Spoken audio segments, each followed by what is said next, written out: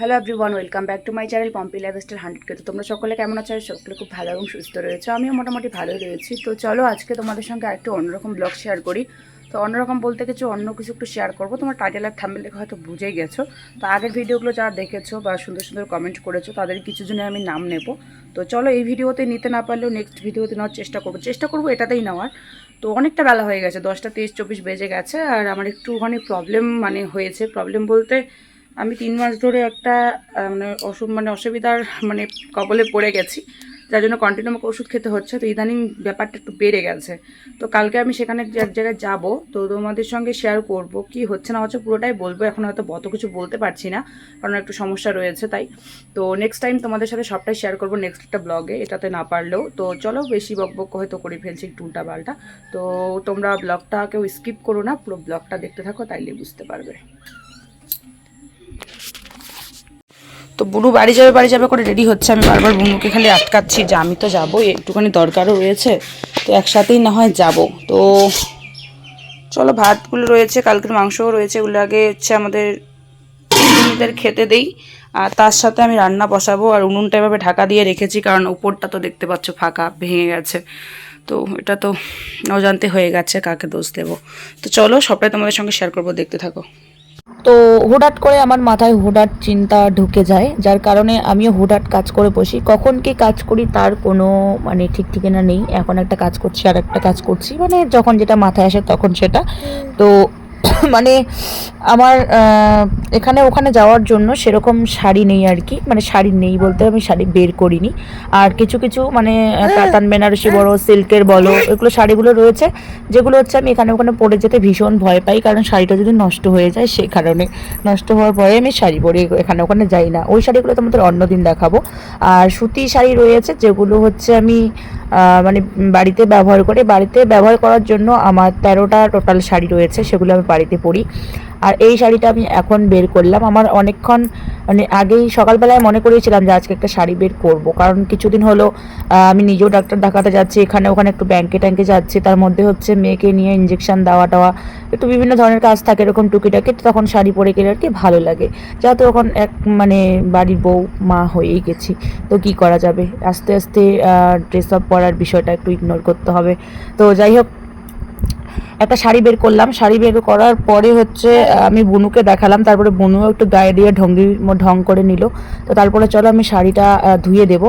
তো ধুয়ে দিয়ে যে কোনো নতুন জিনিস আনার পরে আমি কিন্তু একবার হলে ধুয়ে দিই, আমারই হোক আমার মেয়ের হোক বা যারই হোক না কেন, একবার ধুয়ে দিই তারপরে ব্যবহার করি। নতুন নতুন ব্যবহার করাটা একদমই ঠিক নয়। তো শাড়িটা ধুয়ে দিলাম, ধুয়ে দিয়ে বুনুকে বললাম কমফোর্টটা এনে দিতে। তো কমফোর্টটা জলে একটুখানি ভিজিয়ে রাখবো 1 থেকে 1.5 ঘন্টার মতন, ততক্ষণে শাড়িটাও একটু সফট নরম হবে, মার যেটা রয়েছে বাড়তি সেটা বের হয়ে যাবে। শাড়িটার রং কিন্তু একদমই উঠছে না। আর শাড়িটা সত্যি বলতে পিওর সুতি। তো এটা কিন্তু হচ্ছে আমার বিয়েতে জানি না কে গিফট করেছে। তো যাই হোক, চলে এলাম রান্নাঘরে শাড়িটা ভিজিয়ে রেখে। তো রান্নাঘরে এসে এবার বসাবো ভাত। তো আমি যেহেতু উনুনটাতে রান্না করি, তার কারণে প্রস্তুতি তো নিতেই হবে। তো পাটখড়ি ভেঙে প্রথমত চলো উনুনটা ধরিয়ে নিই আস্তে আস্তে। তো হাঁড়ি কিন্তু আমার কালো হয়ে গেছে, এটা হওয়ারই কথা, তোমরা কেউ মাইন্ড করো না। যেহেতু আমি উনুনে রান্না করি, আর যাদের বাড়িতে উনুনে রান্না করা হয় তারা জানে যে হাঁড়ি কীরকমভাবে নোংরা হয়। আর প্রত্যেক দিন মনে করো পরিষ্কার করা হয়, কিন্তু হাঁড়িটা তবুও এরকমই থাকে, এরকমই আবার হয়। তো কি বলবো বলো, কিছু বলার নেই। যারা রান্না করে তারা বুঝবে, আর যারা দূর দূরান্ত থেকে আমার ভিডিও দেখছো, যাদের উনুনে একদমই ব্যবহার করা হয় না, তারা তো উল্টাপাল্টা একটু ভেবে নেবে। আর এত কিছু করার পরেও, এত কিছু সামলানোর পরেও, যে আমি যতটা সব কিছু মেনটেন করে চলি সময়ের সাথে সাথে, ততটা আমি, আর যাই হোক, মানুষকে দেখেছি তো সেরকমভাবে বলাটাও ঠিক নয়, পারবে না। আমি বলছি না সবার কথা, কিছু জনের কথা বলছি। তো উনুনটা ধরাতে একটু সময় লাগছে, তার কারণ হচ্ছে উপরে যেহেতু আমাদের ঠিক উনুনের উপরেই ভেঙে গেছে টিনটা, তো বৃষ্টি একটু একটু করে ভালোই পেয়েছে। তো যাই হোক, আমি কিছু মসুর ডাল ভিজিয়ে রেখেছি আগের থেকে বলতে 15 মিনিট মতো হলো। তো 15 মিনিট আগে 15 মিনিট হয়ে গেল মসুর ডালটাকে। তো মসুর ডালটা চলো আবার শিলনোড়ায় বেটে নেবো। আমি তো মিক্সিটা ভেঙে ফেলেছি, তো নিজের কষ্টকে নিজে ডেকে এনেছি। আর মসুর ডালটা ভালোভাবে অনেকক্ষণ আগে রাখলে, 1-1.5 ঘন্টা আগে রাখলে হয়তো বেশি করে নরম হতো, কিন্তু এখনও সেরকম কিছুই হয়নি, যেরকম ডাল সেরকমই রয়েছে। খুব জোরে জোরে একবারে ঘষাঘষি করে করলাম, মানে বাটাটা করছি। তো চলো মসুর ডাল কটা বেটে নেই। আর আমি আজকে কী কী রান্না করছি তোমাদের সঙ্গে শেয়ার করব। আর শিলনোড়ায় বাটা কিন্তু যুগ যুগান্তরের একটা কি বলবো, এটা একটা চল আর কি। আমি ঠিকভাবে কথা বোঝাতে পারছি না। আগেকার দিনে ঠাম্মারা, মানে আমার ঠাম্মা এখনও কোনো কিছু রান্না যদি করে কোনো দিন শিলনোড়ায় বাটে। আর হচ্ছে মাও কিন্তু তাই। আমার মা আবার মিক্সি টেক্সি সব পছন্দ করে না। আর আমি যে বললাম প্রথমত তোমাদের সাথে বললাম যে কথাটা, যে আমি ড্রেস পরা একটু আস্তে আস্তে ইগনোর করছি, তার কারণ হচ্ছে, মেন কারণটা হচ্ছে আমার মা আমাকে কিছুতেই অন্য কিছু পরতে দেবে না। আমি একদিন পরেও ছিলাম, খুলে নিয়েছে। তো যাই হোক, এই কারণে হচ্ছে মার জন্য আর তোমাদের দাদাভাই মানে আমার বরের জন্য, তো এই দুইটা মানুষের জন্য আমি আমার জীবনের অনেক কিছু মানে কি বলবো ফেলে দেবো আর কি, মুছে দেবো। তার কারণ হচ্ছে এই ড্রেস পরা, বিভিন্ন ধরনের একটুখানি ফ্যাশন আসান সব কিছু, কারণ হচ্ছে ওরা পছন্দ করে না। আর আমার দুই বাড়ি মা, মানে শাশুড়ি মা আর হচ্ছে আমার জন্মদাত্রী মা, তো শাশুড়ি মা তো নেই। তো যাই হোক, যেই হোক না কেন, তো এই মায়ের নির্দেশ পালন করার জন্য আমি জীবনে অনেক কিছু ত্যাগ করব, এটা হচ্ছে মেন কথা।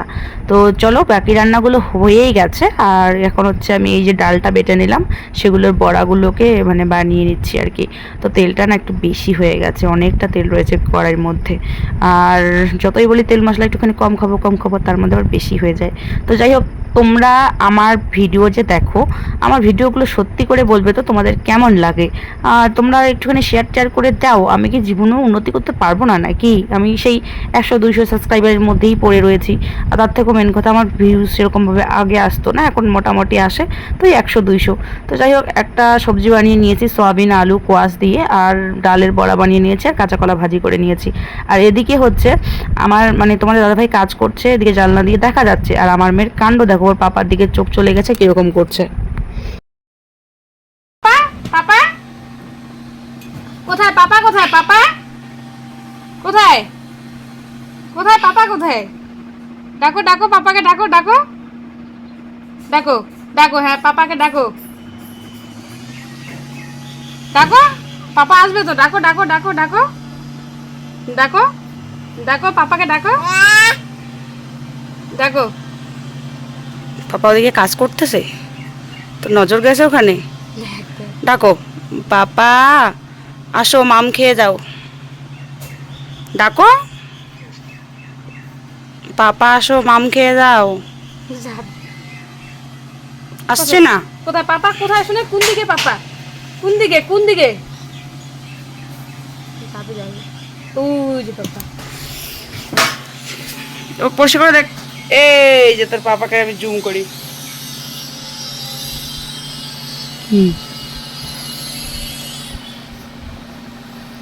তো দুপুরের খাওয়া দাওয়াটাও আমরা করে নিলাম, বুনু আর আমি। তারপরে মাঝখানে কোনো ভিডিও আর তোমাদের সঙ্গে শেয়ার করা হয়নি, একবারে চলে এলাম সন্ধ্যার দিকে। হায় রে হায়, আমি তো দেখেই পুরো পাগল। আমি ছিলাম রান্নাঘরে, বুনু আমাকে ডাকতেছে, বলা দিয়ে একটুখানি ঘরে আয়, ঘরে আয়। তারপরে আমি বললাম কী আবার হলো? তারপরে আমি চলে এলাম ঘরে। ঘরে এসে দেখি ও ফোন চার্জ থেকে খুলে সেই ফোনে ফিঙ্গারপ্রিন্ট দিচ্ছে, ফোনের পিছনে আঙুল দিয়ে ফিঙ্গারপ্রিন্ট দিয়ে। তারপরে ও কী করছে, ফোন কি করে টিপতে হয় ওর কাছ থেকে আমাকে শিখতে হবে। মানে এতটা আমি যত মানে, আমরা তো বাড়িতে দুটো মানুষ, ওর পাপা আর আমি। ওর পাপা একটুখানি ওকে কোলে টোলে নিলে মাঝে মধ্যে খেলা টেলা দেখে, এইটুকুই আর কি।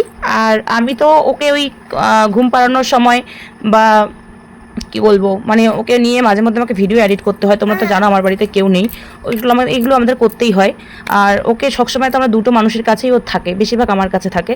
তো ওকে যদি সারাক্ষণ নিয়ে যদি আমি ফোনটাকে ইগনোর করে যাই, তাহলে আমার ভিডিও এডিট করা হবে না, মাঝে মধ্যে কাউকে ফোন করাও হবে না।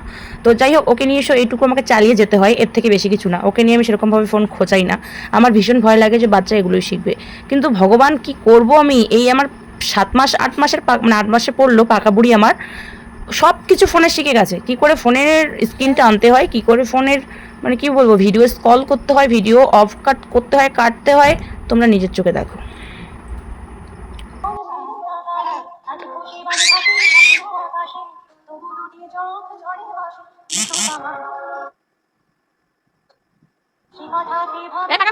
কি করতেছিস তুই?